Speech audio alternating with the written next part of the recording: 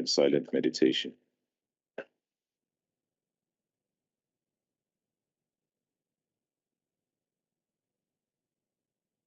Thank you.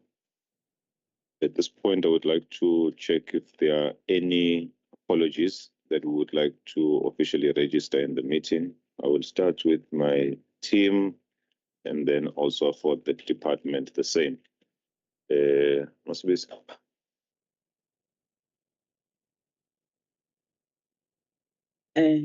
Except the one that I reported earlier of Mrs. Wilson, I have nothing.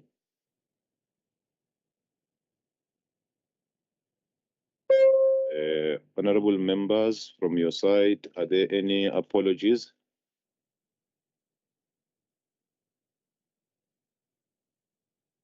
There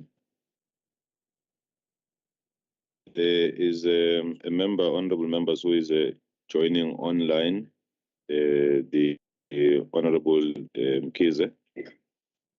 She did apologize that she cannot attend physically because she has a flu, but nonetheless, we do appreciate that she has joined virtually.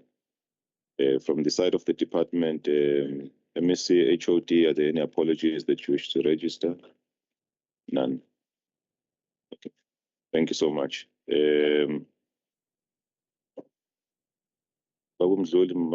Can you confirm that we do have a quorum so that we can proceed with the meeting? We are under item 4, the constitution of the meeting.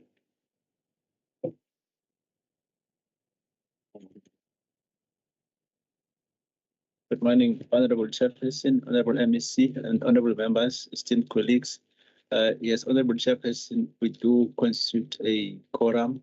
I have counted more than 6 members. We are in total currently, if I count the chair as well, there's 9 members. Thank you very much. That being said, honorable members, then on item 5, I'd like to invite you to adopt the agenda. Honorable Moyo. Chair, I move to support the agenda. Thank you very much, Honorable Moyo. Honorable Nkonyana.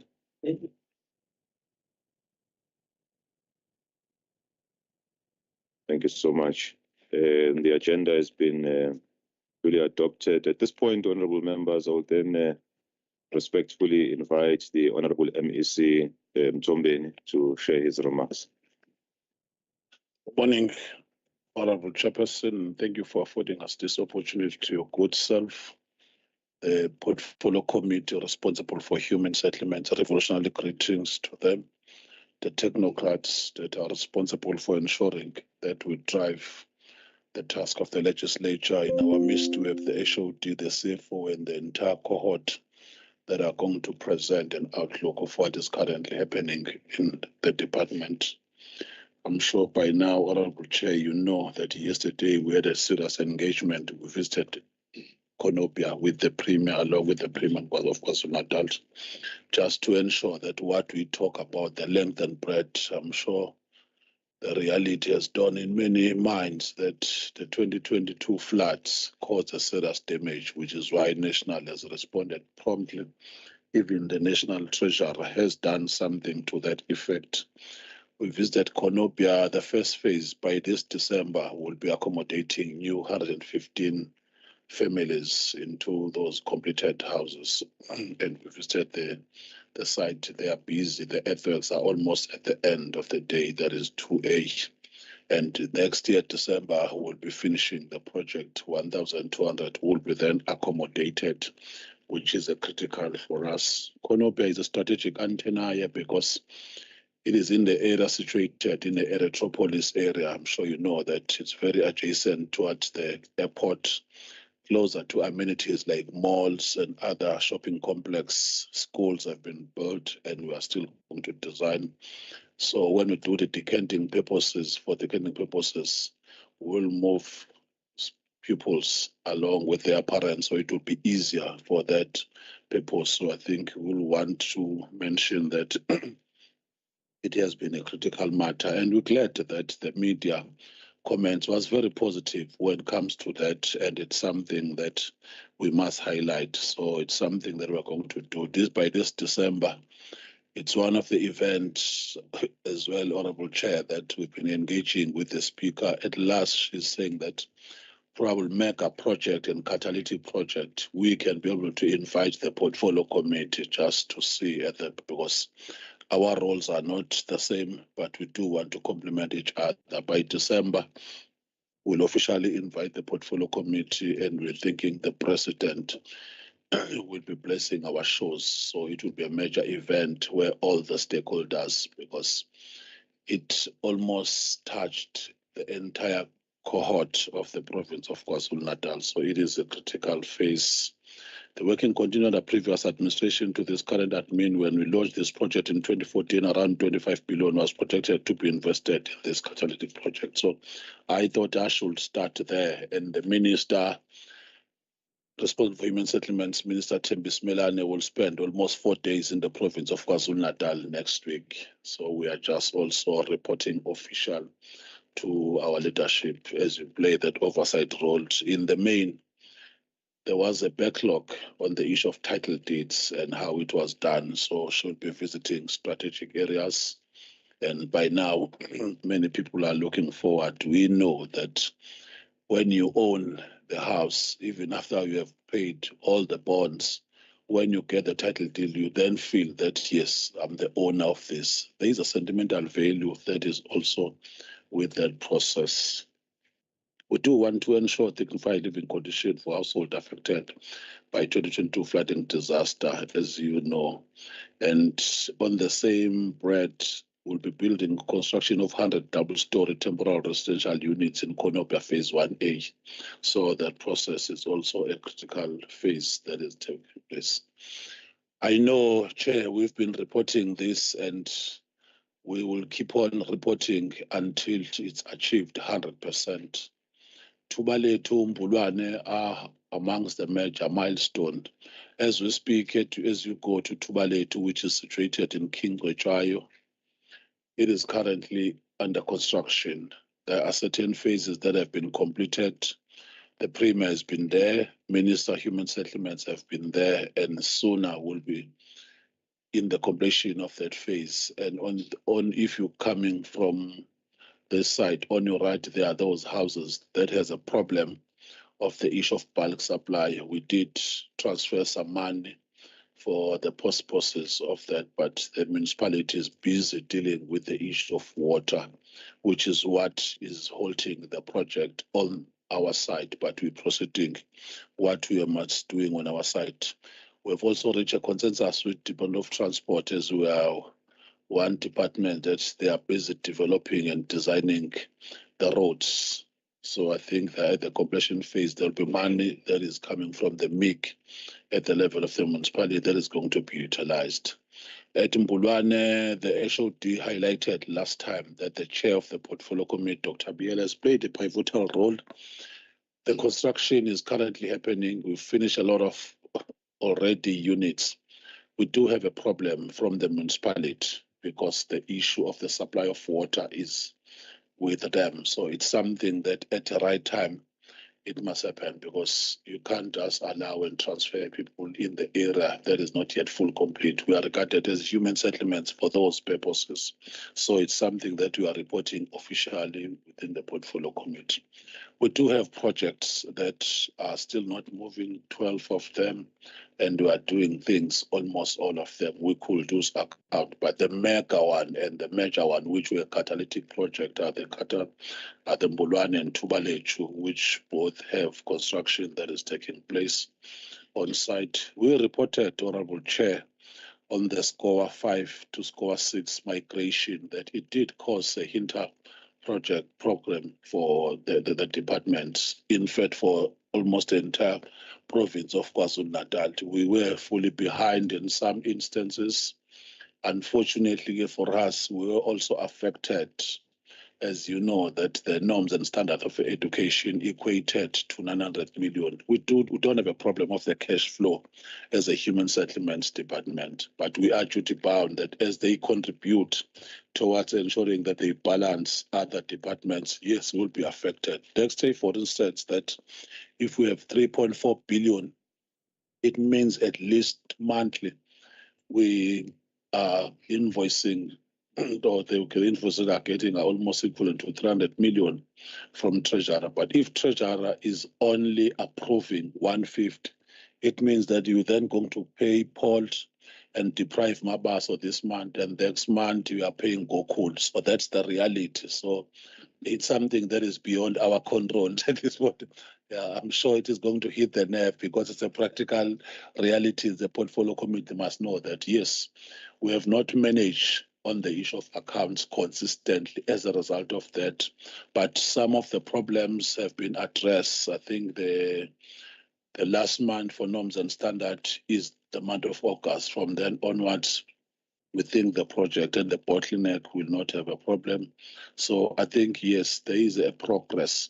Almost in all the municipality, in conclusion, Honorable Chair, there are activities, there are construction that are taking place on site, and we must amplify the point that you'll find that the project is launched by 2013 or in 2013, members and the society will be asking, why this project is not finished probably 10 or 15 years down the line. You'll have different processes. In the main, the issue, human settlements over the last 10 years have almost lost through cross-cutting measures, almost 7 to 8 billion.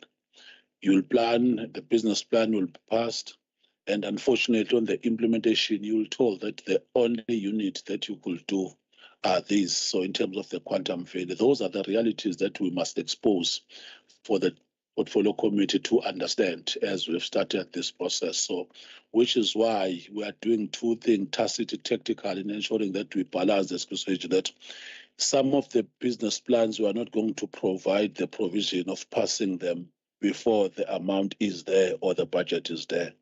In some instances, you'll find that we're anticipating that you'll do 1,000 on a realistic scale. We then have to go back to those communities and say, no, this financial year, we could only approve 300. That's the realization of ensuring that we do want to do a widespread. That's why we are mentioning all these processes. So we thought that it would be critical that we share this information. So when the portfolio committee is checking, we will provide almost all the departments or all the departmental matters in terms of the program. We are delighted to announce in the conclusion remarks, Honorable Chair, that initially there was a serious argument between the department and Editor General when it comes to the issue of VAT. Yes, at last we fought and won the battle. The department is going to receive unqualified audit opinion in this financial year. Thank you so much, Chair. Thank you very much, Honorable MSc, for those remarks. I will not invite comments on remarks. However, the MSc is still with us, and if honorable members wish to field any questions later on, I'm sure the MSc and the department will be more than comfortable engaging the department and the portfolio. Honorable MSc, I think I made a mistake earlier on in this month where we recognize our women. I forgot to also particularly greet the ladies in the office of the MSc directly who are with us. Greetings, you are most welcome. At this point, I want to then invite the department on item 7 to give us the reports. I believe HOD will guide us in terms of who will be reporting on what. But I want to hand over the entire item 7 for presentations to you, and then I will invite the honorable members under item 8 to engage in the discussions. Honorable members, because we are limited on time, I know it's quite a number of presentations, but can we note all the questions that we want to field to the department? And when they're done with their presentations, we can then take time and then field those questions. HOT, over to you. Greetings, Honorable Chair, Honorable MEC, Honorable members of Portfolio Committee, colleagues. Thank you very much for this opportunity. 7.1 will be divided into two, non-financial and financial. Non-financial will be presented by DDG Bengu. Thank you. Thank you. Good morning to Honorable Chair, members, MEC, HOD, and colleagues. I will then be presenting the non-financial performance report for the first quarter. Chef is going to be projected as well. But I'm already on the first slide, just highlighting the color scheme that members know that wherever you see, I'm on slide 3. The light blue color, it's where we are reporting over achievement, and then where it's green, it's where a target has been achieved. Where it's yellow, it's not been achieved, but it's progressing well, and then where it's red, it's a target that was never achieved. I'm moving to slide 5. If you may please proceed to that one. Thank you. The overview, sorry, the one before that one. The overview of the department in this quarter is that we had 18 indicators that we were going to be reporting on in the first quarter of the financial year. We have achieved 9 indicators, and we did not achieve 9, so that makes the 18. And the ones that we did not achieve, one is in program 1. It's to do with the payment of invoices within 30 days. It's only that one. In program 2, we have achieved 100% in all the targets that they had for this quarter. In program 3, we've achieved 2 out of 10 targets.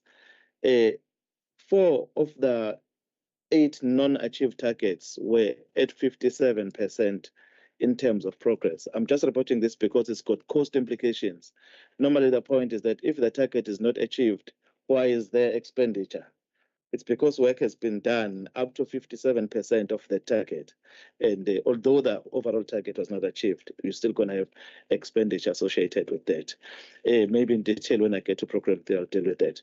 Then program 4, all targets were achieved. So overall, it's 9 out of 18, which puts us at 50% at the end of the first quarter. At the next slide, it's program 1. As I have mentioned, it's only the payment of invoices within 30 days. It's the only target that was not achieved. It's articulated on slide 6 as the reason.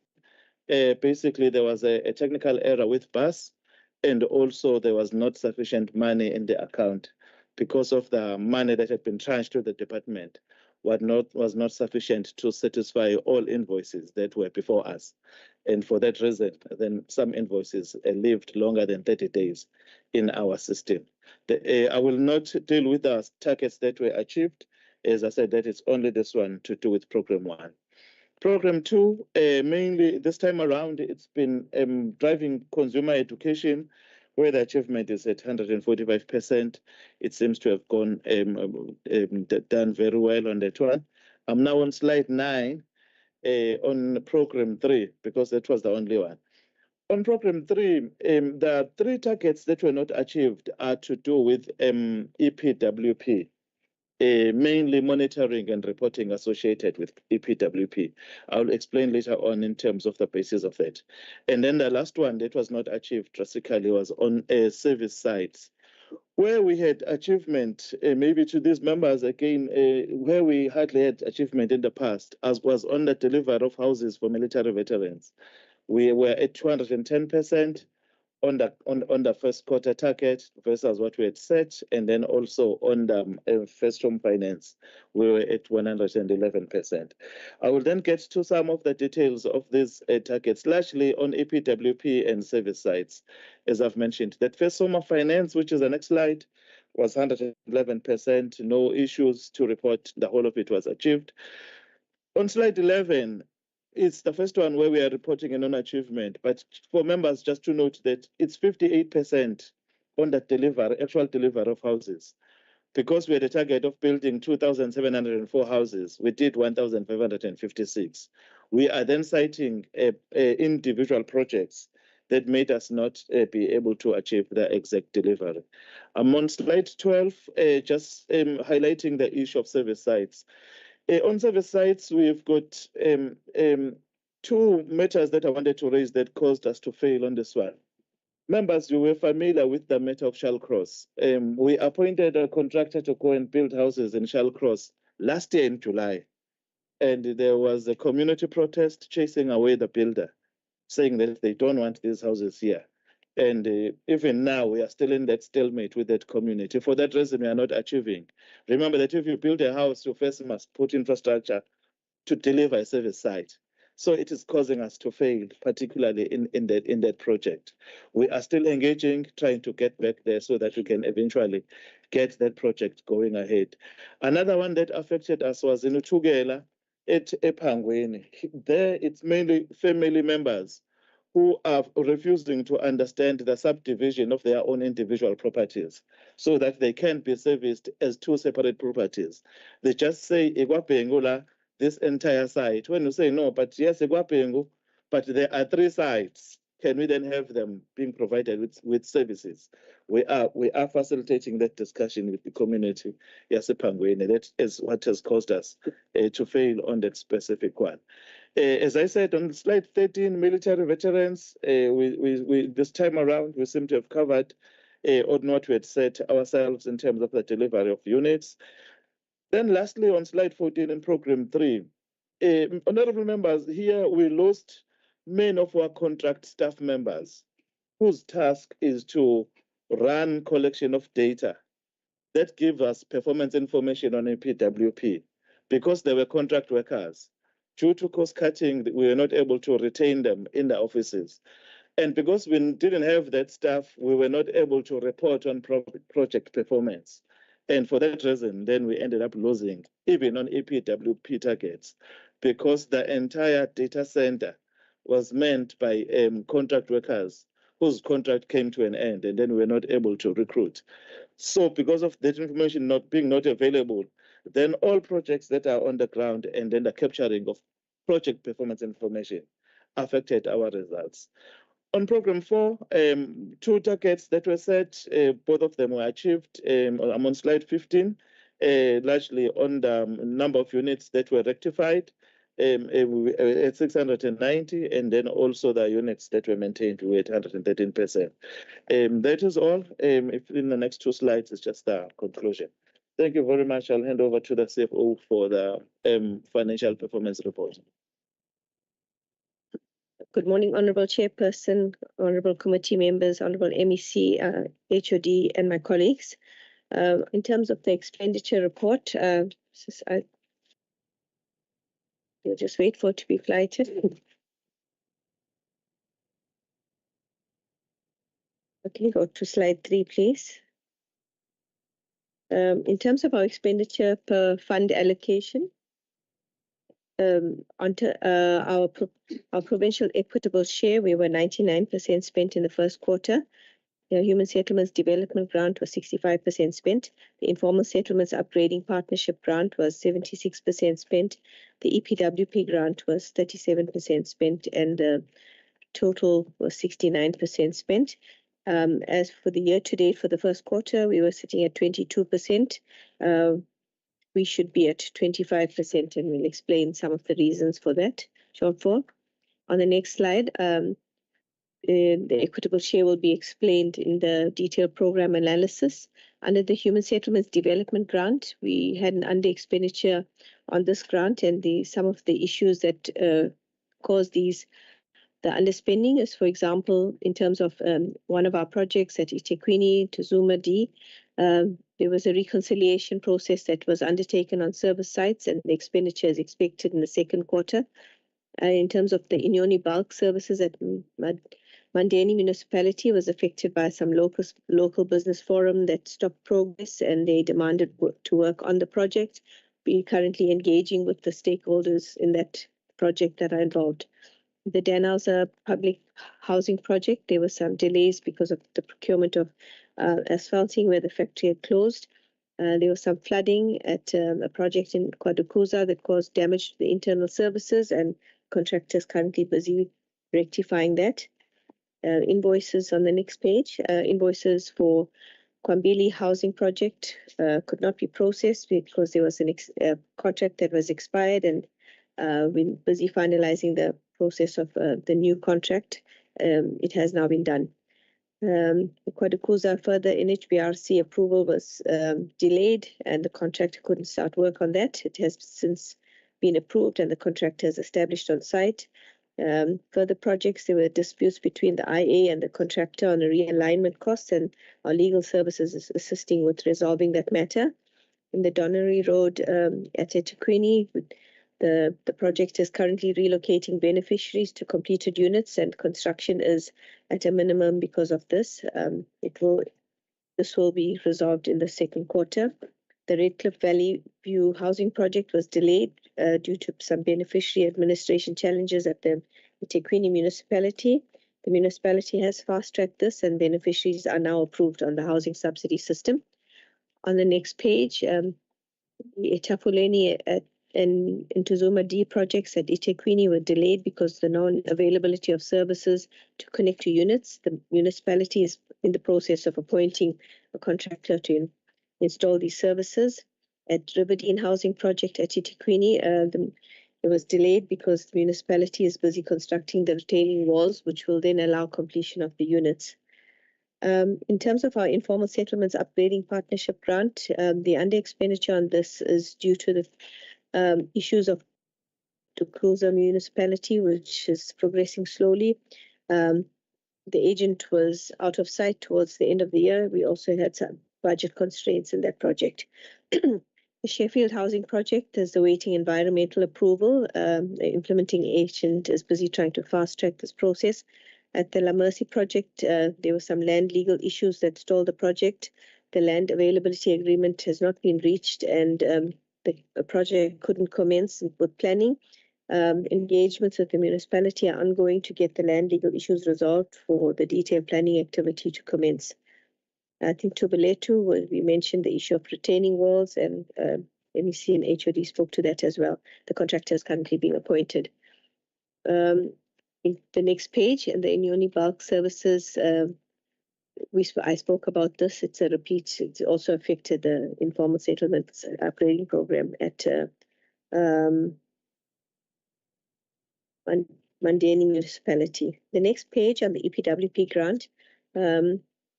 The issue here was there was underspending of 470,000. We trained 33 youth to date. The additional 60 training participants were recruited and targeted to commence training in the month of June, but we were not able to commence on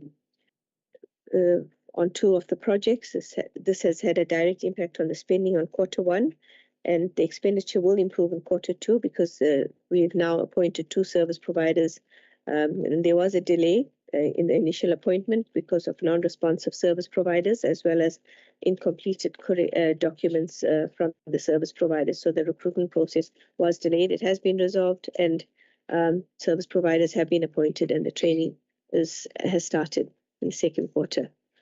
Expenditure per program in terms of our administration program on the next page, we are 101% spent.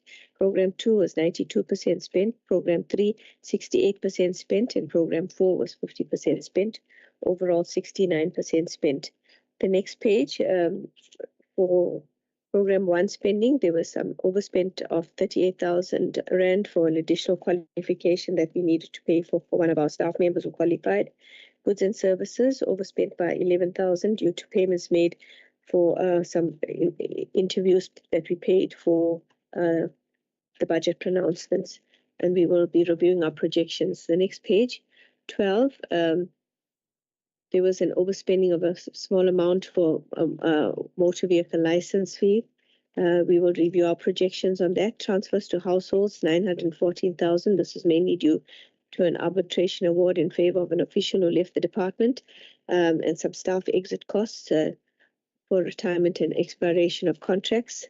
and we will adjust this in the adjustments estimates.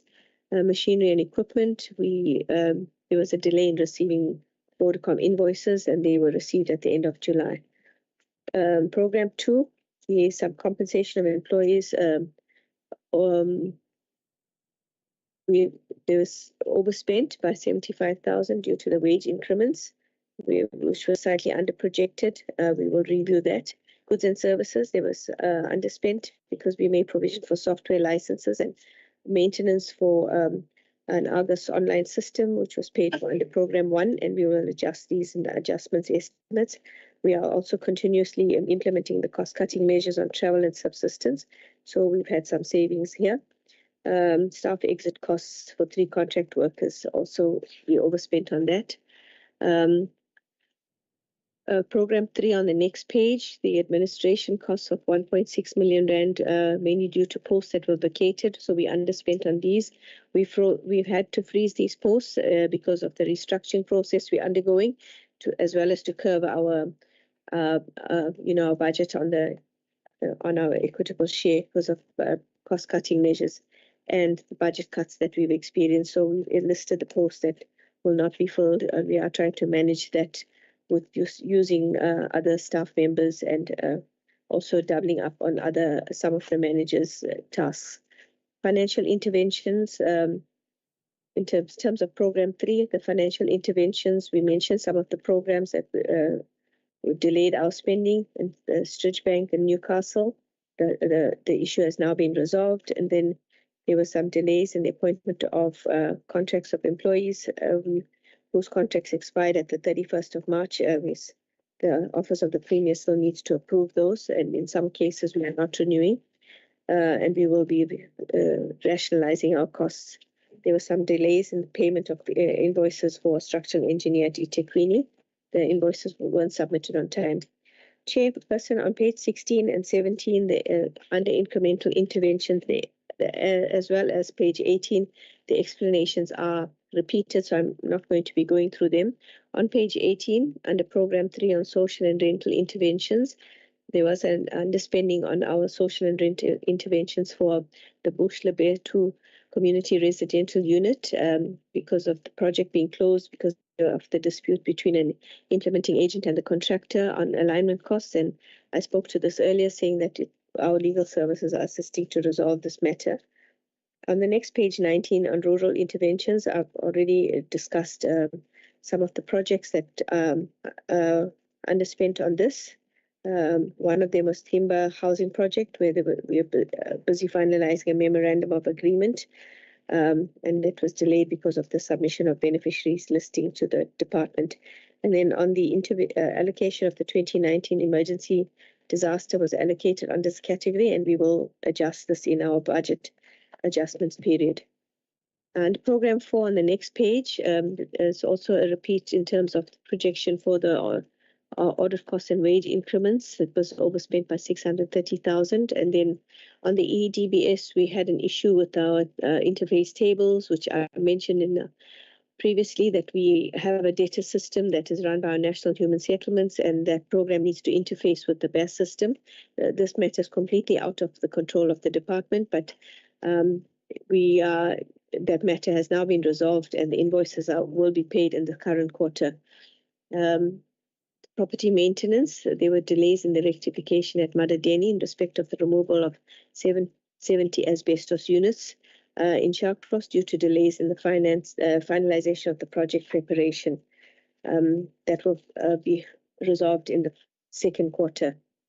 Under expenditure per economic classification, on compensation of employees, we were 96% spent, goods and services 100, transfers to provinces and municipalities 97, transfers to departmental agencies were 50%, transfer to households 66%, and machinery and equipment 63%. Chairperson, on page 22 and 23 are the explanations for those variances, and they are repeated. I won't go through those. Just to say, under building and fixed structures on page 23, we had an under expenditure on the Townview project at Bafana, and the project was delayed after it was suspended due to financial constraints in the previous year. Machinery and equipment, there were some delays in invoices, which I've mentioned. And now on slide 24, the spending analysis on the agencies, we had 11.796 million rand. The department sought funding from the Department of Higher Education, and 123 million was granted for training in all the various programs as listed on that page, for all related to the built environment and training courses. An allocation of 17 million was brought forward from the previous year. 5.1 was received on the 13th of June. To date, we've spent 10.9 million rand, which is 48% spending, and the component will be ensuring that the invoices are fast-tracked. In fact, that has progressed quite well in the second quarter. Overall, on page 25, we're saying HSDG was 65% spent, equitable share 99% spent, the informal settlements grant 76%, and the EPWP grant at 37%. Our district managers have been our fast-tracking processes to spend on the planned projects, and we also currently ensuring that all our cost-cutting measures are stringently implemented. So we do have savings, which we are moving to where our budget pressures are. And a revised business plan will be implemented and monitored in the adjustments period. Thank you, Chair. Thank you, Honorable Chair. 7.2 will be presented by Director Transformation, Dr. Nhlonze.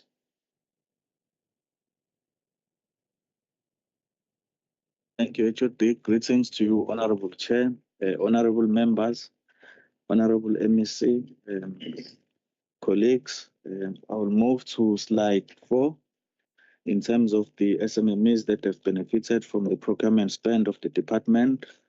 Just to highlight that in terms of the economic empowerment of emerging businesses or SMMEs, these benefit broadly two ways. One, through the provision of business opportunities, and secondly, through the provision of skills training and development programs. And then in terms of the business opportunities, this happens in 3 ways. Firstly, through the incubation program that the department has, but also through the allocation of work through procurement panels within the department, and thirdly, through the invitation of quotations. Then just to explain briefly on the SIACA incubation program, that this is a 3-year program that the department established in financial year 2002 and 2003. The program focused on 2 key areas. That was business training and capacity development, work allocation, and then thirdly, we then moved to business support, because we then realized that the emerging businesses needed that as we're implementing the program. Then in terms of the procurement panels, so when the department goes on the process, the panels then stipulate preconditions in the bids, that the bidders that have a minimum BE status of level 1 and those that are exempted micro enterprises or qualifying enterprises must be prioritized in the procurement process. And these panels cover different areas of the value chain, including planning, construction, project management, conveyancing, training, and now material supply. And then in terms of the SMMEs that benefited through the procurement panels, as well as quotations, we've outlined them in slide 5 in terms of the table, where you can see that in terms of the youth-owned companies, we have 39 companies that benefited, the total amount of 25.1 million. Then women, there were 34 companies that benefited, 59.2 million. Disabled persons, there were 2 companies that benefited, 3.9 million. And then we also included black men, because in terms of the triple PFA, those form part of the designated groups, and there were quite a number of companies that fall within the category of EMA or QSE. There were 36 companies that benefited 19.8 million, and in total, that makes 111 companies that benefited a total amount of 108.1 million that benefited through the procurement panels and quotations. And what we've done, Chair, is provided the list of all these companies with the ownership patterns as well as the individual figures per company.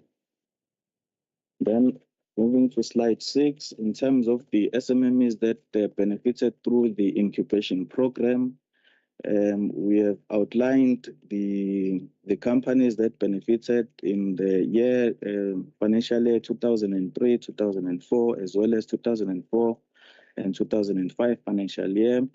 That in the district of Mgungundlovu, there were 5 companies that were allocated work amounting to 7.4 million. In Amajuba, there were 3 companies that were allocated 4.4 million. At eThekwini, there were 16 companies allocated work totaling an amount of 16.9 million. Ugu, there were 9 companies that were allocated work totaling an amount of 11.5 million. Zululand, there were 19 companies allocated work of 25.5 million. Ilembe, 5 companies allocated work amounting to 6.9 million. Utuela, 3 companies allocated work totaling an amount of 19 million. That makes 60 companies that have benefited through the incubation program, totaling an amount of 91.9 million.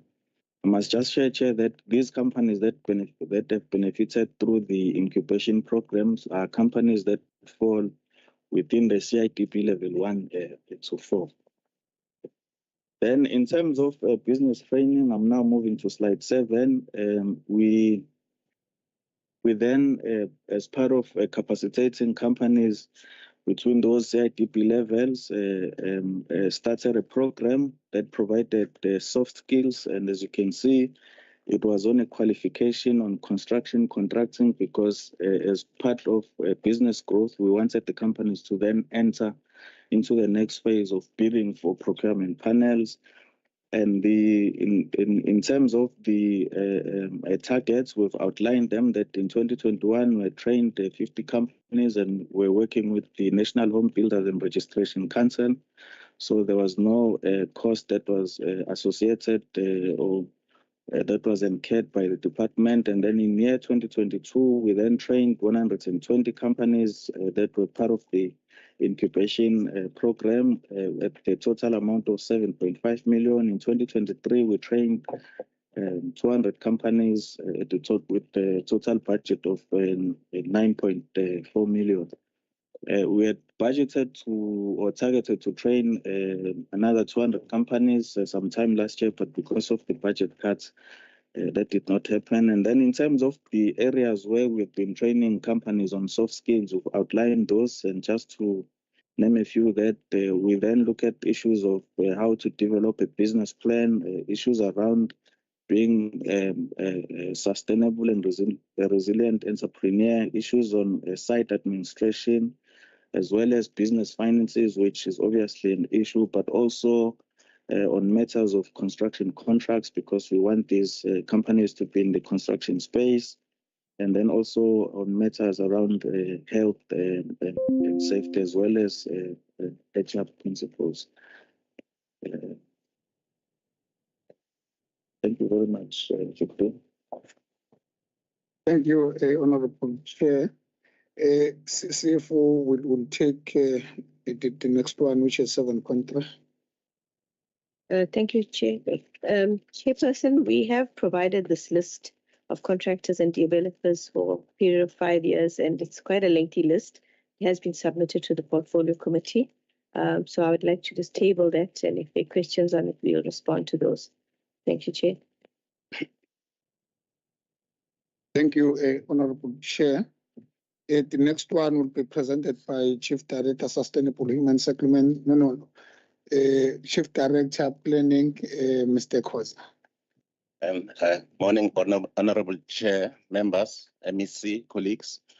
Chair, the report submitted is a lengthy report because it's a matter arising from the previous meeting, but I'll be very brief. So maybe I'll just go through and indicate how I'm going to approach the presentation. Starting with slide 2 here, we're indicating what is covered here. We'll deliberate on the research reports approved as requested at the earlier meeting. Then, Chair, just to cover a bigger scope and give the committee the feel of other things that we do, even though it was not requested. We added policies, guidelines, and reviews. So that part, that slides 20 to 49, I'm just tabling that. Maybe later the members may want to interact with that, but for now, I'm just tabling that, yes. If we can move to the next slide. So what we're saying here is research reports are normally reported in the APP. That's why they landed here. And that's why we are presenting this as requested by the committee. And I'm indicating that in as far as the policies, guidelines, and directives, even though I'm tabling it, the way they're handled within the department, they are normally communicated as approved through the quarterly publication of a policy communique. And they normally appear in the operational plan of the department, not the APP. Chair, if you look at the whole presentation and document as presented to the committee, are sort of arbitrary, started from 2018 to give a bigger view of what we've been doing since then. But in dealing with the matters I want to highlight today, as far as research reports are concerned, I'll start from 2021 just to cover a 5-year span. So if Chair can just zoom into slide number 9, I'll start there to indicate just very briefly, because obviously there are specific lengthy presentation or documents on each on one of these, so it's more of a high level to get the feel of what you've been working on. So if I start on in 2021, we dealt with the research on the smart cities and sustainable livelihoods. The point of interest, Chair, is as indicated by the Honorable MSc earlier on, that we're also pushing the issue of catalytic projects, which is more like starting our own new towns. And we want to move with the times, even though in terms of what we're allowed to do in terms of our quantum, there are so many things that make the smart cities that we cannot fund or that we cannot pull off. But because we're establishing the whole precinct, the whole human segment, that's why we look into these matters. In this particular research, we're looking at the recommendations in trying to align what we do with digital infrastructure, promoting public-private partnerships, and ensuring the inclusion of smart technologies in what we do. By and large, that's what we did. And Chair, mostly some of the research, we'll do it and send it to the MSc for approval.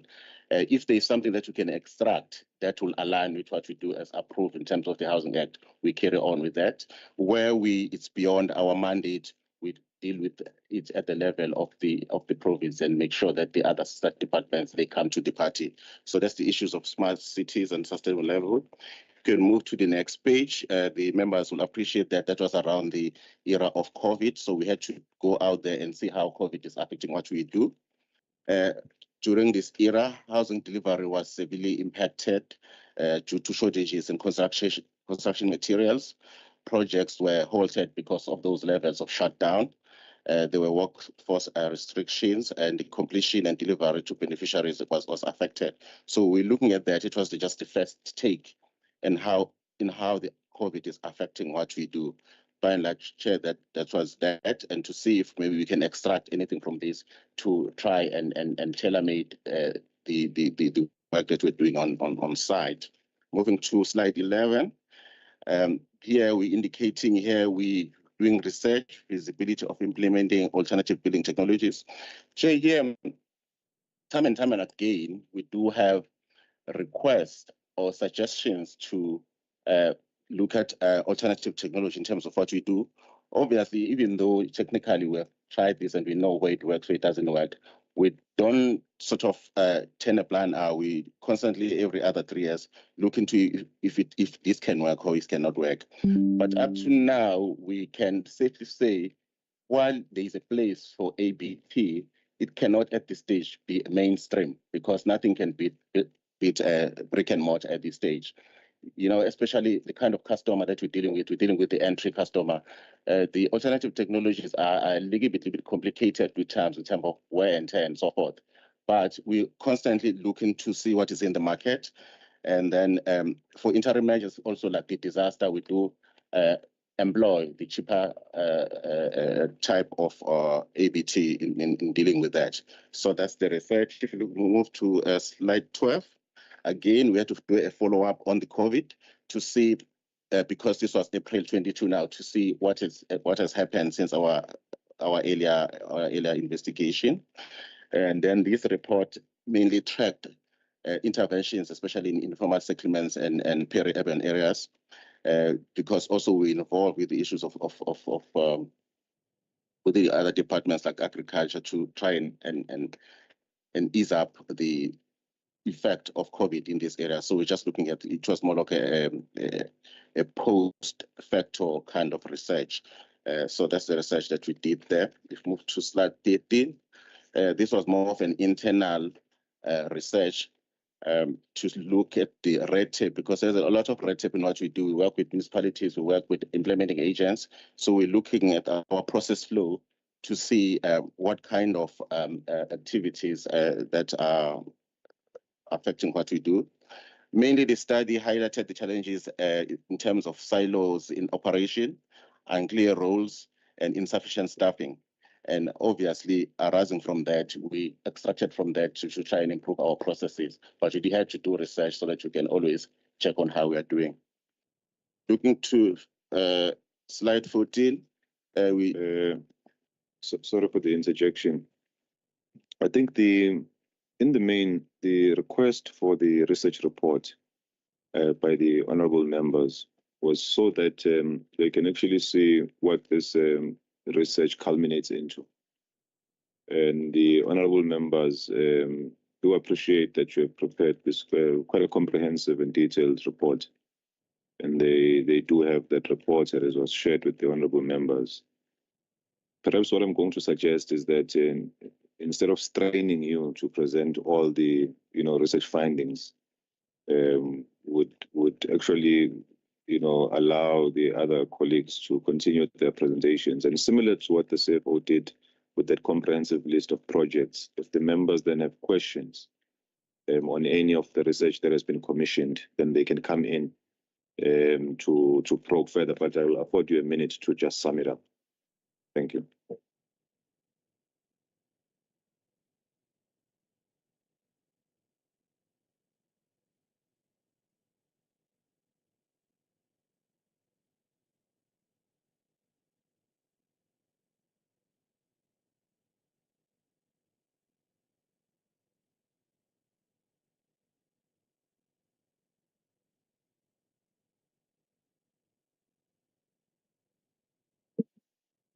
Thank you, Honorable Chair. 7.5 will be presented by Chief Director, Sustainable Human Settlements, Mr. Makaku. Thank you, Chairperson, honorable members, the honorable MEC, the HOD, colleagues, I greet you all. The presentation that I have prepared is going to look into the cost breakdown of the department. I will go straight to slide 3, which then is the purpose of highlighting how we have this breakdown on the human settlements grants. There are 2 major grants, which is slide 4, which is the HSDG grant, Human Settlements Development Grant. This grant is actually meant to undertake the activities that are in that table.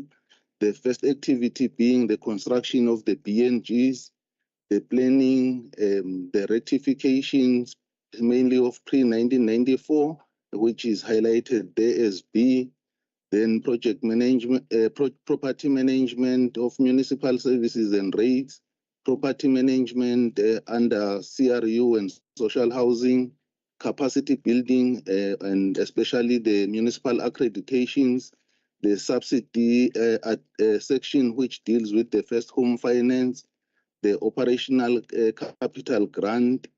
The request was that members will look into the breakdown of the project management versus the construction and the key professional fees. What we have then done on that first table, we have looked at the total budget, which is 2.5 billion. Out of that 2.5 billion, there is an amount of 1.9 billion rands, which is 75% under the BNG construction. Then what is under planning only is 115 million rands in this grant, and that constitutes 4%, whilst the construction is about 75%. Then the rectification is about 5%, and with the rest of the grants, actually at least a little bit smaller than that. One may have to explain that under the NHBRC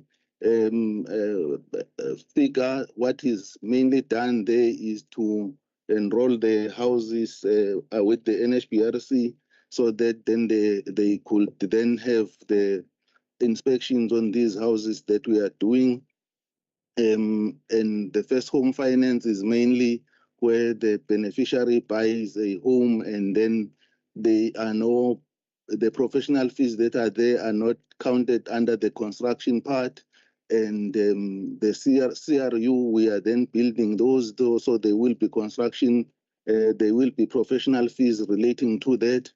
Then when we look at then the bottom part of the table, we are explaining that according to the subsidy quantum, there are various tables under the subsidy quantum, but the minimum that the national has given us is to look into the PNGs. The PNGs are costed at about 15% per house of a subsidy quantum, which is 183,000. Then the project management fees is costed at 3%. That accounts for 4,900, and then the clerk of works then is almost 2%, 4,200 per site. Then the beneficiary admin is almost 0.4%, that is about 750 rands. Then we have taken and consolidated all the milestones where we are building houses, and such as BNG, rectification, social and economic amenities, and then we have taken that budget and indicated that it is amounting to 2.1 billion. Out of that 2.1 billion, when you're looking at the professional fees above, it's culminating to 14%.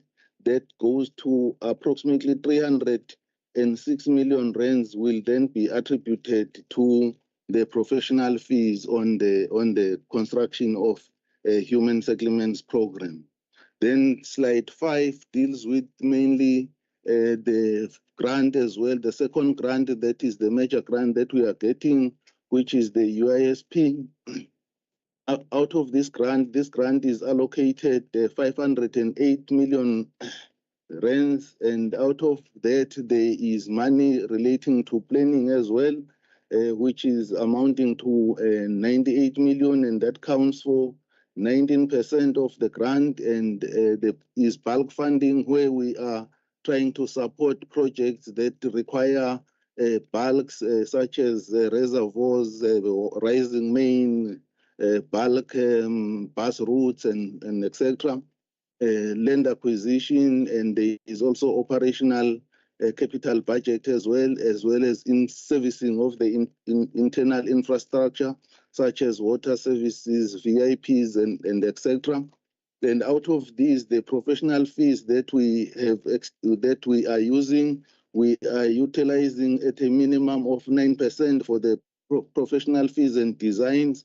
Then we are also having the project management fees at 9%, then the clerk of works, then the total amount relating to the construction only of these. This has eliminated the planning, because the planning is also a professional fee on its own, with a number of professionals that the ones for construction is amounting to 384 million rands. Out of that, 80% of that is earmarked for construction activities only, and the project management fees and other professional fees broken down to approximately 20%. That amounts to approximately 76 million rands for this grant, which will then be attributed to the professional fees. That is what I wanted to highlight to the committee members, and I would like to stop there. Thank you very much, Chairperson and the HOD. Thank you.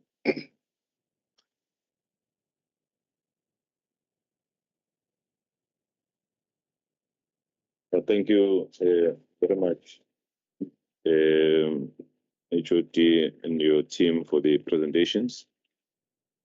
At this point, I want to invite the honorable members. I also wish to, well, firstly, I wish to also recognize that earlier on, just when the MSO was delivering his remarks, the Honorable Masigo also joined online. Can I then invite the honorable members to engage the presentations that were tabled by the department? I'll take hands, honorable members, if you have questions, comments. The Honorable Gokul, Honorable Winkler, Honorable Wanyana, Honorable Moyo, in that sequence. Thanks, Chair, and good morning to everyone. Chair, my question is about the Chatsworth Crossmoor development. What was the issue with the community? Did we not engage them first, public participation, before we proceeded to develop in the area? That's the first one. The second one is we've all acknowledged there's a problem with the title deeds. Can we get maybe a timeline and an actual amount to how many title deeds by that timeline will be delivered or issued? I think then we have something to work towards. Some of the beneficiaries of those title deeds have been waiting for a very long time. And I think if we can work towards major progress on the title deeds issue, it will be an accomplishment for the department. Rental stock, I might have missed it, Chair, but I didn't see it being mentioned in any of the reports here. Maybe if it wasn't here, if we can get a report the next time round on what's the current update on rental stock. I know some municipalities have taken that over, most municipalities. Are we overseeing that? I would say projects? Are we overseeing the projects? Are we holding the municipalities accountable in terms of expenditure? I don't want to go into details or examples, but there are numerous rental stock issues or areas where the municipalities have gone out, done the necessary engagements with the communities, and that's where it stopped. Contractors, like I said, I don't want to go into the details. I'm sure we're all aware of those. So if we can get an update on the rental stock issues throughout the province. And that's it for now. Thanks, Chair.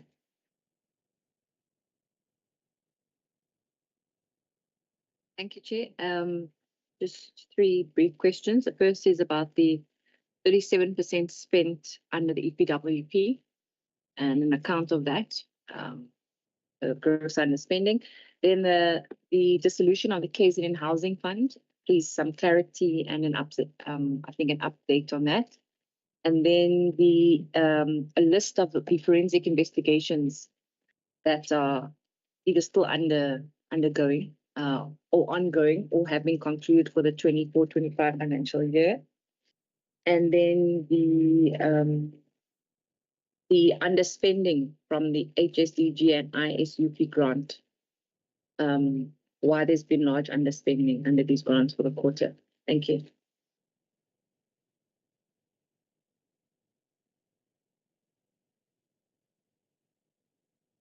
Thank you, Chair. Greetings to you, to the MEC who is present in this meeting, the officials and my colleagues.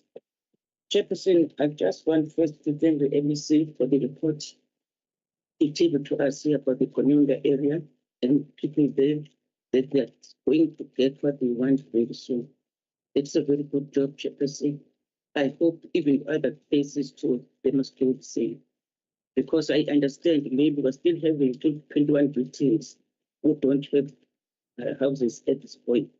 Now they must just fast-track that. Secondly, Chairperson, it's about the dragging of title deeds that should be given to people in time. This makes me to say, what is the backlog of not giving them health deeds after being located in houses? What's the problem there of being located deeds? And in Unibad project, there's this issue of saying it has been delayed by the community.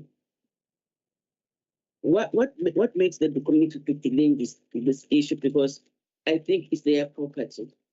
And maybe they didn't get time to sit down with them or with the community as well on that side to explain them that we are coming to build houses here. We are going to benefit all those who don't have houses to get the houses. That's a very good thing. Maybe there's a misunderstanding somewhere, somehow, I don't know. Maybe the department must tell us that some other projects right now are underspending. What makes them to underspend the money yet? This is a very good thing to build houses in the people. Underspending, we are not going to accept that. They must use all the money for the people down there. Thank you, Chair. Thanks, Chairperson. Greeting to yourself, the MEC. All protocol observed. I can see the HOD is still lost, so the navigator is still trying to find the meeting chair. Thanks a lot, Chairperson and HOD and the MEC. I have so many questions. What I did was, Chairperson, I've put them, so I'm going to send it to you so that you can send it to the department. Because if I can ask all these questions, it will take the entire 24 hours. But I'll just ask you. We are here, Chair, HOD. You are not lost. On the issue of the SMMEs, can the department provide a full itemized list of all SMMEs that benefited in 24-25 financial year, and including one, ownership details, contract values, and type of work performed? That's the first question, Chairperson. And then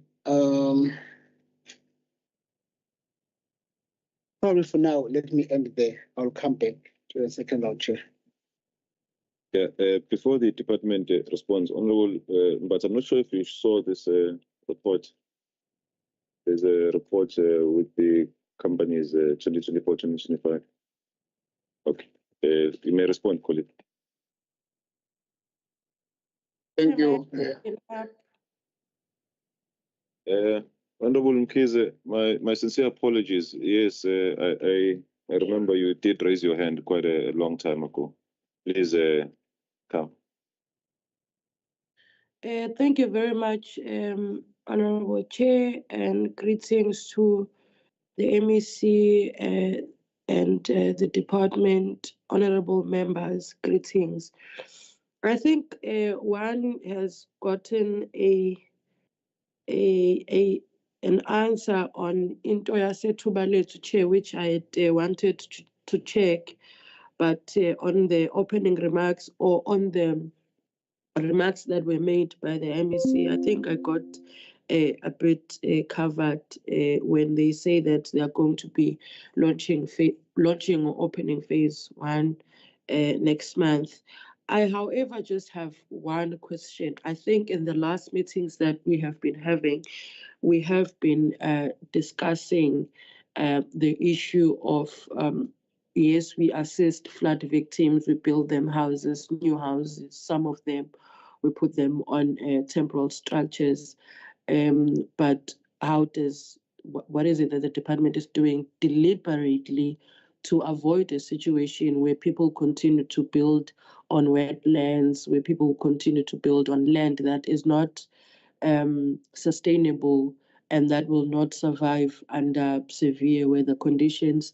I want to know if the department has a deliberate program of, I don't know how can I term it, but a deliberate program of alerting or telling people that these are the areas in which you can build, these are the areas in which you cannot build, because I believe that for as long as the people of KZN build in wetlands, build in areas that you can see that it's just a disaster waiting to happen. On the N2 towards the north in Durban, before Inanda, I think it's Inanda Highway or something, but there's a group of new shacks on that area, and you can see that if they can be just a constant rain of 2 or 3 days, a disaster can happen in that area. And when it happens, the government, the department will be expected to come in to assist as well. I think maybe we should try to invest in preventive measures other than reacting when the disasters have happened. Overall, I think we have seen the work that the department is doing, Honorable Chair, and one must commend the MEC and his team for doing umsebenzi abawenzayo. And also, it means a lot to also know that they are a phone call away, because you will be doing constituency work, and then you find areas in which there are people that are in need of services, Zaga human settlements, and those people get assisted across the province, and they will come back, and some of them will write on social media and say thank you to the department. So I think overall, while there are challenges, but colleagues from the department are doing quite well. Thanks, Chair.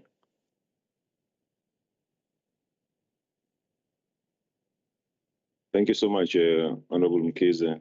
We can see that you are recovering your voice. We note the comments and the submissions. At this point, I then want to afford the Honorable MEC and HOD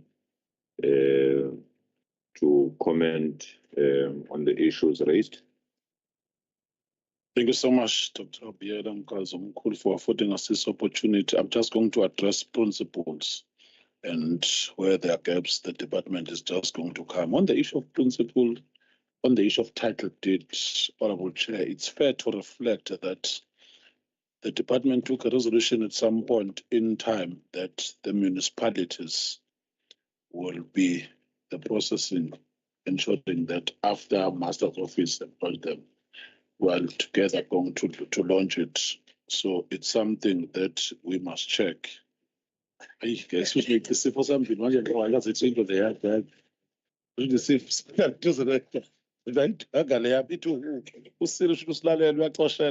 But so I think the issue will then change, unfortunately, because the methodology tend to be haphazard when the local municipality is going to hand over the title deed instead of the province, because it's an assignment of the province, the title deed. So we have started that process. Why it's not strong or why it's not fast enough, it takes some time. In some instances, we'll start the process. I'm sure you know, because you also live or you come from these areas. There is a lot of changing of hands after by-election, after local government election, tri-election, the beneficiary list. You'll find that you start the project, the beneficiaries are known. By the time the project is finished, it has been altered altogether. So you have to start afresh and all those things. So that's why you'll find that even at Master's Office will submit a list, will have to change. So those issues must always be taken into cognizance. However, we are trying, by all means, at least there is that organic understanding between the stakeholders, but still we're going to talk. And on the issue of rental stock, they will talk broadly. Honorable Gokul as well. On the issue of forensic audit, the HOD and the team are going to highlight. Thank you, Honorable Zigoto, Honorable Kwanyana, for the Konopia project. Yes, men are going to come. The reality is that if you can just have an aerial view of KwaZulu-Natal coming from N2, N3, you'll see that indeed we are a construction site almost everywhere. There are provincial roads that are being constructed, N2, N3, whether you're going to south up to Port Edward, currently their project as well at Mtuba, done by Sunrald. I'm sure majority of us are always utilizing the entry belt, which is something. All those are going to yield a new developmental pattern. In the last 15 years, the development is, if coming from town M4, it was going towards the north. The development of La Lucia, the Mhlanga Rocks, Palito, we have suddenly changed. We are building what is termed as the new West Basin. That is why there is a West Town. So it means the developmental pattern is there. So unfortunately, urbanization is also getting traction when it comes to that on the informal settlement. Just like the question that has been raised by Honorable Kwabe, Honorable Mkize on the issue of informal settlement. eTheku alone consists of almost 70% of informal settlement. It is as a result of urbanization, nothing beyond than that is the reality. Unfortunately, even Honorable Chair, after we removed the majority of those people in informal settlements, the eThekwini or the municipality must then come with the bylaws, evacuate the plan, secure the area, probably for development. Because if they don't close, someone is going to come. Someone is going to sell that RDP house that is already given back to the informal settlement. So it's something, so it's a catch-22 situation because the municipality is the custodian in terms of the implementation of the bylaws. It is them that they must do. We are currently trying to drive an awareness campaign on the issue of wetlands. Since 2022, I think there is that campaign. I'm sure you know that whilst they are always taking place around the Arctic, US and China, but the behavioral pattern has changed. In China, if they announce that on this date, there will be a major thunderstorm, people must be evacuated. People are going to comply. In South Africa, then people are going to suffer. Then at that particular time, you then have to respond. So the river frontage is still the major issue, and we are talking to different platforms. We have engaged Amakos who are giving the parcels. It's easier these days. They even have Google Mail. There is a proper data genetics when it comes to that. You'll know there and there that the developmental pattern here, you can't build in this area and all those things, but people in some instances are stubborn, but we are trying by all means to push that. And ATIA is also doing the same because the EIA must be run almost everywhere before we start the project, and which is why that the issue of resilience, the adaptation process, the type of material we use, we're trying by all means to adapt to that and comply with almost all those processes. But at least we're at that point in time. Yes, we are going to increase on the basis of what we get. In the last MINMAC, Chair, if you could share, we highlighted that previous years 500 million was allocated. This year is 200 million. It means that it's another design that automatically we are failing because the reality is that there's still movement, yet the money is going down. You do understand after the appropriation, nothing that are going to change, but in the province of KwaZulu-Natal, people are still yearning for more. And as development traction, as I've already highlighted, takes place, we'll be expected to deliver more. And at this point in time, deliver with less. So it's what we are trying to do. Then I will come to afford the issue in the team. Thank you, Honorable Chairperson. I will take a cue from Honorable MEC on title deeds and just say, honorable members, the issue of title deeds as well is caused by the fact that between 1994 up to almost 2014, town planning matters were not finalized properly. When we try to register for title deeds now, you have to deal with matters of township register. So those are the issues that are affecting the pace. But as a department, we have developed a turnaround strategy in this regard. You will see a better performance in terms of Q2 when we come to present to this House in terms of Q2. I wanted to take a cue from Honorable MEC. On forensic investigation, we have one concluded forensic investigation. It is being processed by the Office of the Honorable MEC in terms of recommendations. It was conducted by Premier's Office on Rocky Park is CRU at Watuguza. It was concluded last year. Then OTP presented the report to Office of the Honorable MEC. Is processing.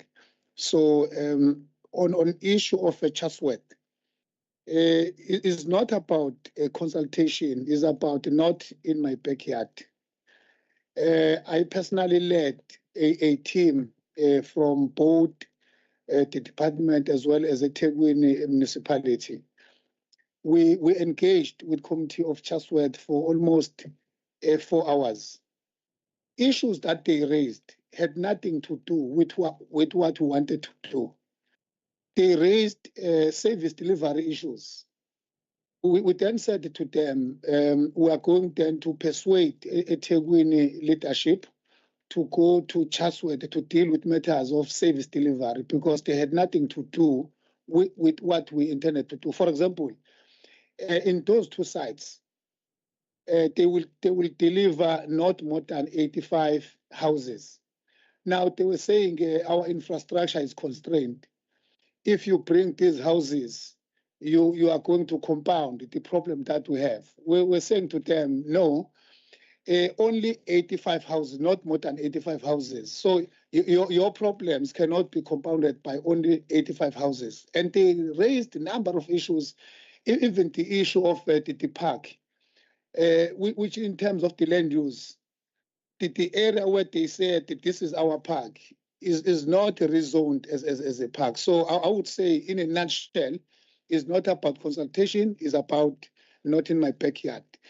At the stance that we are taking as a department, we are saying we are going to engage communities, but if all fails, we're going to use law enforcement agencies to force that we build in these areas because that land belongs to us as government, but we are being blocked by people because of not in my backyard. So that is the response in terms of Chatsworth. Rental stock, what then we can do in our next portfolio, we can then provide detailed information on it because it was not part of our agenda. EPWP expenditure, I must say, when we come back for the second quarter, you will see improvement on this one. As reported, it was caused by the fact that our contract staff could not be retained by the department, but we have developed a recovery plan which is being implemented. When we come back, you will see improvement. Generally, in terms of expenditure, we are not going to have under expenditure. Already, we have improved in terms of, if we look what we are doing in terms of quarter two. A list of SMMEs, the list was already provided as part of the list that was given to honorable members. Thank you, Chair. I will allow other colleagues to add if they see omissions. Thank you. Thank you, HOD. Just to say, on the dissolution of the KZN Housing Fund, that is now the 31st of March 2027. As the department, we're currently working to devolve those properties to the municipality. So there's been work going on for the last few years trying to reduce the amount of properties that are on our books. And this progress will be reported at the next meeting if that item is put on the agenda. Thank you. In terms of the underperformance of the HSDG and the ISUPG grants, I think the report gives details in terms of every single project where there's been delays and the reasons for the delays. So it will just be a repeat if we start explaining. But HOD has said that we are, in most of the instances, we have put a recovery plan in place and that we are expecting to be fully spent in the second quarter. I think, Chair, if you would speak on the forensic investigation. Chair, if I may add, on the rental stock, it's done by Program 4. In the report that we have presented, we have highlighted on slide 15 two aspects that were part of this report. There are two things that we were supposed to report on: which units are being rectified and which units have we done maintenance on. As you might have seen in the earlier slide, that we did 690% on the rectifications on what we had set for this quarter. And then on maintenance, it was 136% on what had been set exactly for this quarter. In raw numbers, we had identified 30 units for rectification, we did 207. Then on the maintenance one, it was 35. That was done against 24. Lastly, on Shell Cross, just to emphasize that 4 things we were required to do. Spluma, it took us more than a year. We achieved Spluma, which has got public participation. EIA, we did environmental impact assessment. It's got public participation. It was achieved.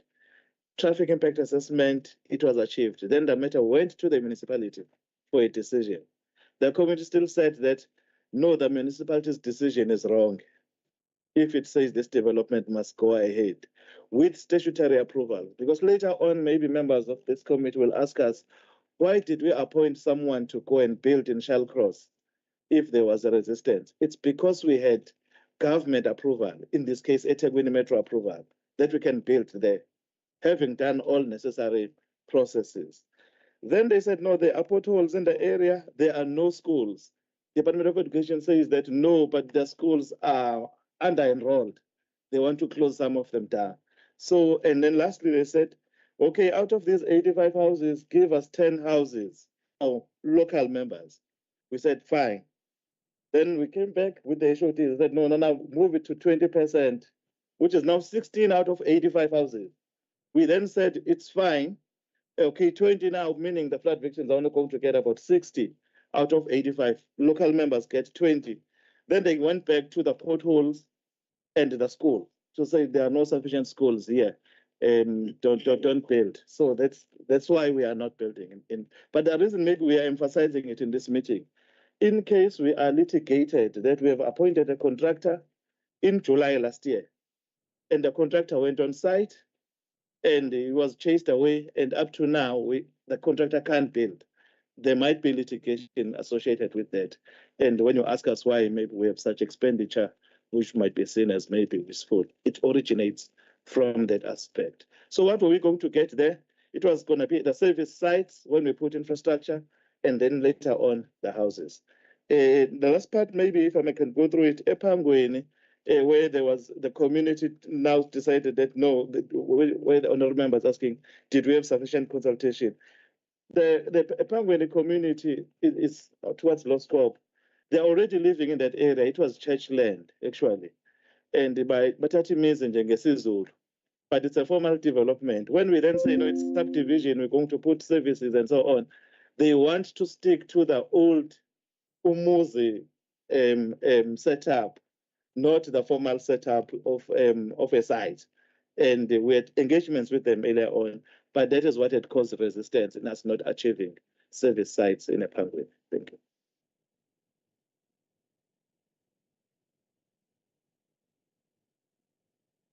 Yes, through you, Chair.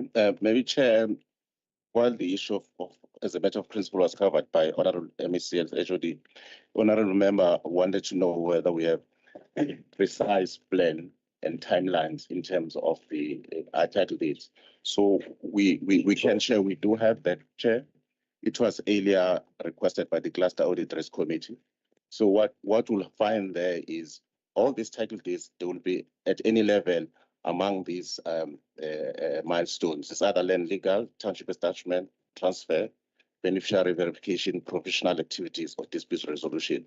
So the report that we can share with the committee would be looking to that throughout KZN. All the title dates that needs to be realized, Thekwini and the balance of the 9th district, we can share that report. It includes the numbers, where is that in terms of the process, the budget allocated to that, and the timelines, which may range. Some of these things are along the lines of the legislation. So it ranges anything maybe from 12 months to 36 months. So we can share, we do have that, and we can maybe through the HOD NEC can share with the Secretariat of the committee. And it's a long list, about 30 pages or so, but it's very comprehensive, it covers everything, and the members during their own time can look at the timelines and what is at stake. Thank you, Chair.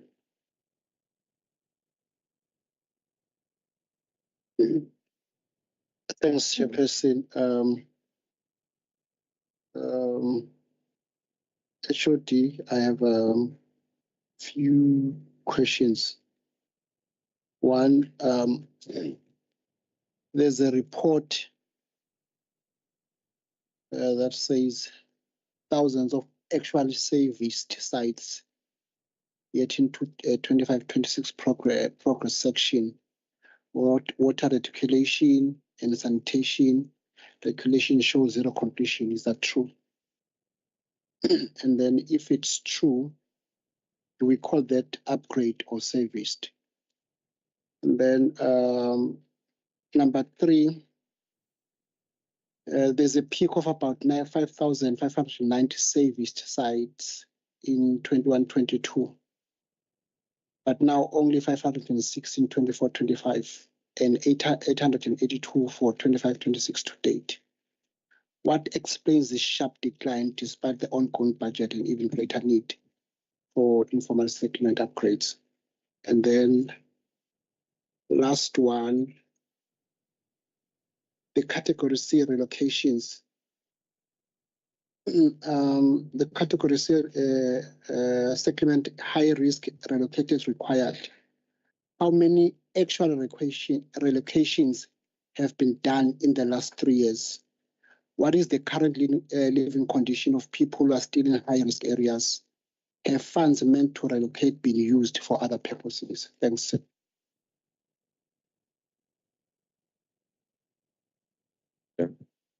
Honorable Mbaz. One critical one. I'm sorry about that. Rising on Brulwatch.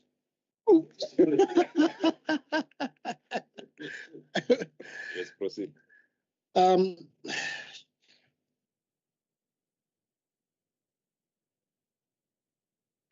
Your own figures show 113 projects stuck in phase 2 in the 25-26 plan. So the question is, what is causing this bottleneck? And then how long have these projects been in phase 2? And how many have ever progressed to phase 3 in the past 5 years?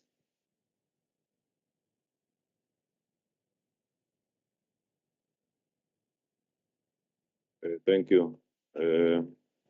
Honorable Winkler, please can you switch off the mic there? Thank you. HOD. Thank you, Honorable Chairperson. Honorable Chairperson, earlier on, the Honorable Member said in this meeting he will then send his questions to us as a department for us then to respond properly. I can see almost all questions that have been raised. I'm not sure of his numbers, the source of his numbers. So it might be difficult to respond to those questions now, except to say we'll accept that if he can give us the written questions, we'll be in a position, because he reads numbers.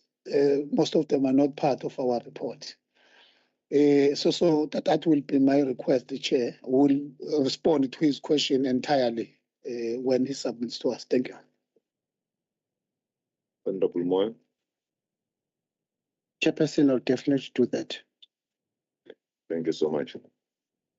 Is there any other question, Honorable Member? Right. Perhaps my only comment is that before the portfolio meeting started, HOD, we had our own session, and some of the issues that surfaced were around, you've touched them, the issues of underspending in a number of areas.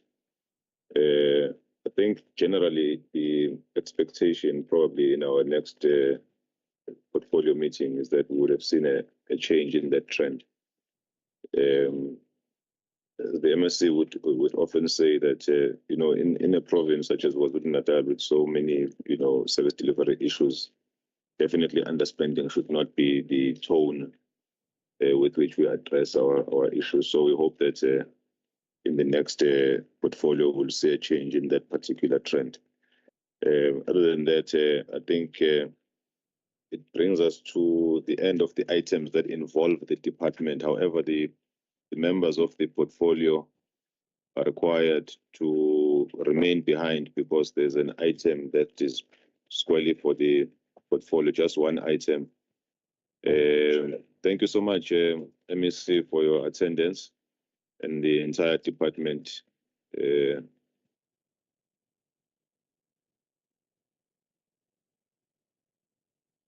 Yeah. Questions? That's it.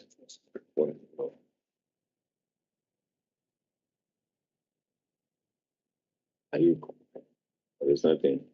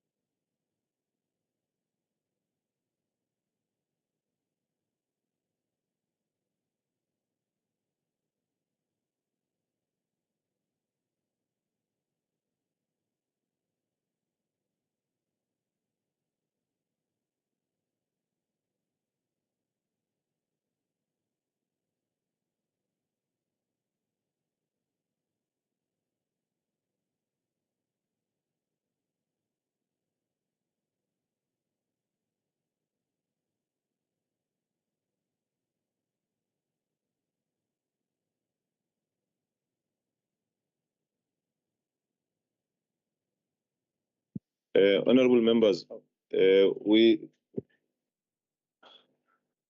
Honorable Fighter, please. We're just going to deal with one item, honorable members, that we usually deal with every year, which is the adoption of our own study, the areas that we as a portfolio want to focus on. So I'll just ask the colleagues to project. They did share. Yes, honorable. Sorry to interrupt, Chair. I have to attend another committee. Okay. Conservation. So please. No, in 1 minute we will be done. Okay. One. It's a procedural point. The focus intervention study, honorable members, that we often adopt. It's that one that says we as a portfolio, which areas do we want to focus on for the year? So we adopted it, all of us, last year. They've sent it to us again for consideration. And that's basically what we need to adopt, and then we're done with the meeting. In fact, what is delaying us is that I wanted the colleagues to actually show it there so that the honorable members can see what we are adopting. It was shared on our emails, but for the purposes of being on record, I wanted the colleagues to actually show that report on the screen. You're finding it? Found it. Okay. Yes, sent you the report. If you can just show it on the screen. I don't want to say honorable members must adopt something that is not in front of them.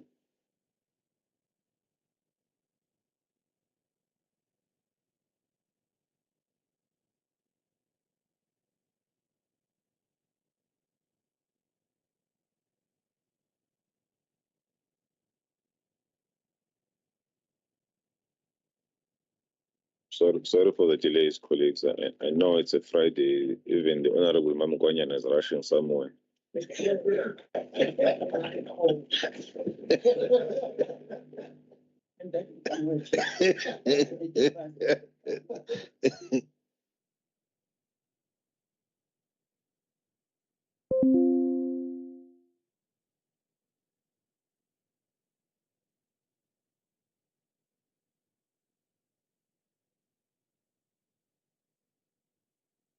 honorable members, that is the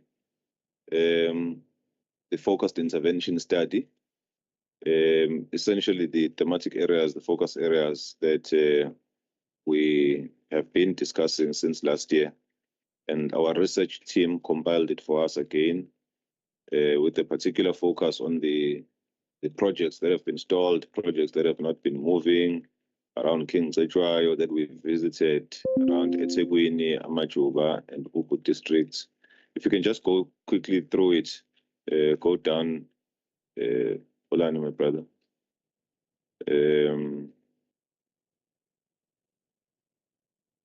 Yeah, continue, go down. Wait.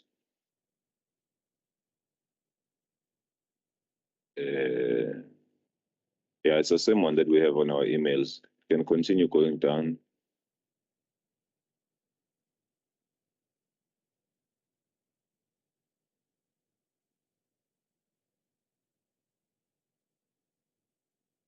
Yeah, thanks. So colleagues, for procedural reasons, the focused intervention study that the researchers would like to focus on in terms of conducting research is presented to us as a portfolio for us to adopt and give them a green light to go ahead with that commissioning of that study and that research. So it's presented to us, honorable members. Can I check if we can adopt that they proceed with the research for the committee? Honorable Moya. Chairperson, I move for the adoption. Thank you, Honorable Moya. Honorable Winkler. I second the adoption. Thank you, Chair. Okay. Thank you, honorable members. The FIS is truly adopted. Honorable Mkize, your hand was up. I also wanted to adopt, Chair. Nothing Okay. much. Thank you so much, Honorable Mkize. On behalf of the committee, do get well, Honorable Mkize. Thank you very much, honorable members, for your attendance. This brings us to the end of our meeting. Thank you, honorable members, for your attendance. We do appreciate the inputs from everyone. Do have a safe weekend, Mam Konyan. Travel safe, colleagues. Thank you.